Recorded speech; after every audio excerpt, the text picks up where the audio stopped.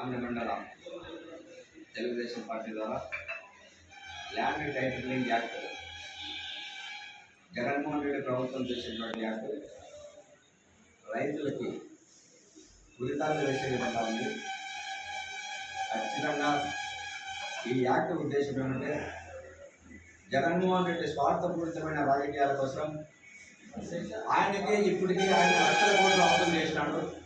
రాష్ట్ర ప్రభుత్వ ఆస్తులన్నీ కూడా కుదరబెట్టి ఇంకా అప్పులు పుట్టే పరిస్థితి ఈ ప్రభుత్వానికి లేదు. కాబట్టి రాష్ట్ర ప్రభుత్వానికి ఎట్లా అయితే మనము కొంత అప్పులు తెచ్చుకోవాలా అనే దురాలోచనతో ఈ రాష్ట్ర ముఖ్యమంత్రి జగన్మోహన్ రెడ్డి గారు ప్రజల తాలూకు ఆస్తులన్నీ అంటే ప్రజలకి సంబంధించిన భూములన్నీ ఒక క్లబ్గా చేసేసి దానికి ఒక వ్యవస్థని ఏర్పాటు చేసి ఆ వ్యవస్థకు ఒక అధికారిని పెట్టి ఈ నిర్వీర్యము చేయాలని అధికారాలన్నీ మా దగ్గరే ఉండాలా.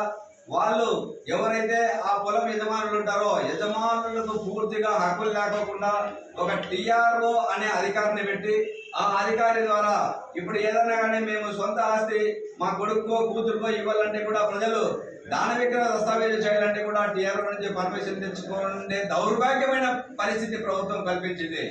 మరియు ఈ ఆస్తి వ్యవహారాల్లో ఎప్పుడైతే రాష్ట్ర ప్రభుత్వం ఈ దురాలోచన చేసిందో ఇప్పుడు చంద్రబాబు నాయుడు మన మేనిఫెస్టోలో నిన్న విడుదల చేసిన మేనిఫెస్టోలో కూడా తప్పకోకుండా ఈ దుర్మార్గమైన చట్టాన్ని రైతుల పాలిట శాపంగా మారిన ఈ చట్టాన్ని రైతులకి తప్పకోకుండా మనము తెలుగుదేశం పార్టీ అండగా ఉంటుంది.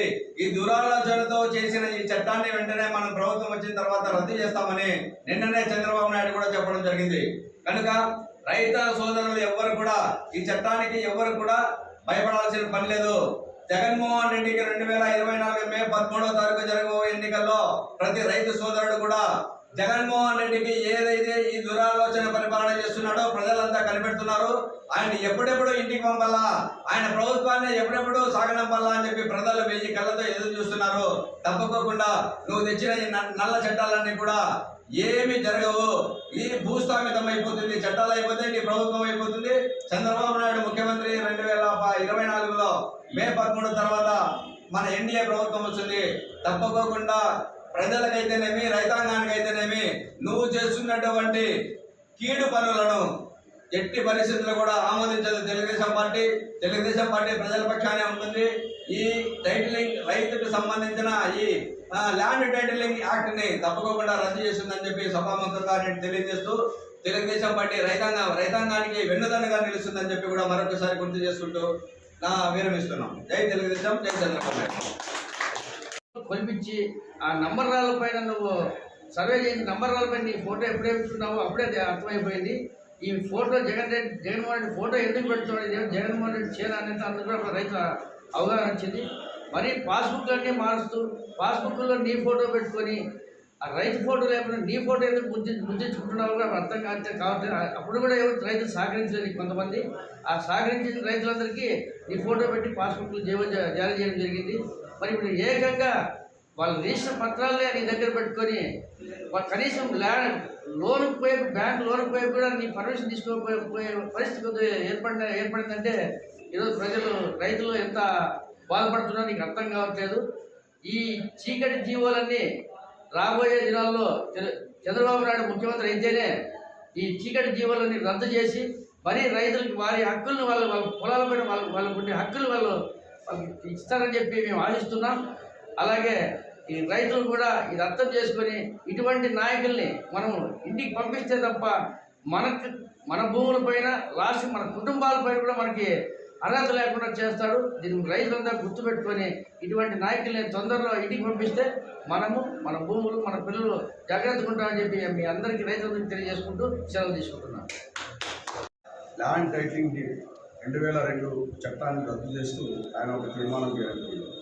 ఈ ల్యాండ్ టైటిలింగ్ డీడ్ రద్దు చేయడానికి ముఖ్య ఉద్దేశం ఏమంటే న్యాయవాదులు గత దాదాపు 6 నెలలుగా వాళ్ళు ఉద్యమం చేస్తూ ఈ ల్యాండ్ టైటిలింగ్ డీడ్ని రద్దు చేయాలని చెప్పి న్యాయ వ్యవస్థ మొత్తం జగన్మోహన్ రెడ్డి యొక్క ఈ చీకటి చట్టాన్ని తీసివేయాలని చెప్పి వాళ్ళు ధర్నాలు చేస్తూ కోర్టును బహిష్కరిస్తూ అనేక కార్యక్రమాలు చేపట్టడం జరిగింది. ముఖ్యంగా ఈ ల్యాండ్ టైటిలింగ్ డీడ్ అనే దాన్ని యాక్ట్ యొక్క ముఖ్య ఉద్దేశం ఏమంటే ఆయన మొత్తం ప్రజల ఆస్తులు అంటే ఎంఆర్ఓ ఆఫీసులు అయితేనేమి, ఎండిఓ ఆఫీసులు అయితేనేమి, పోలీస్ స్టేషన్లు అయితేనేమి, ప్రతి ఒక్క బిల్డింగ్ని కుదబెట్టి ఆయన అప్పు తీసుకొని వచ్చి సంక్షేమ కార్యక్రమాలు అంటూ ఓ 30% ప్రజలకు ఇస్తూ 70% ఆయన ఖాతాలో తీసుకుంటూ మొత్తం ప్రజల యొక్క ఆస్తులని కుదబెట్టింది.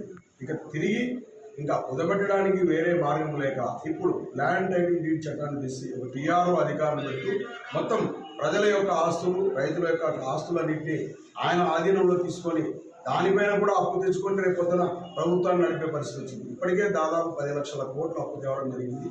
మరి ప్రజల మీద ఇప్పుడు ఒక్కొక్క వ్యక్తి మీద 2 లక్షల వరకు అప్పు ఉంది.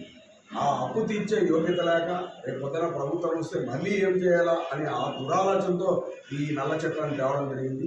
దాన్ని దృష్టిలో పెట్టుకొని ఈ న్యాయ వ్యవస్థను దృష్టిలో పెట్టుకొని న్యాయవాదులు వాళ్ళు న్యాయం కోసం పోరాడుతున్న వారి యొక్క న్యాయ పోరాటాన్ని దృష్టిలో పెట్టుకొని చంద్రబాబు నాయుడు గారు ఈ టైటిల్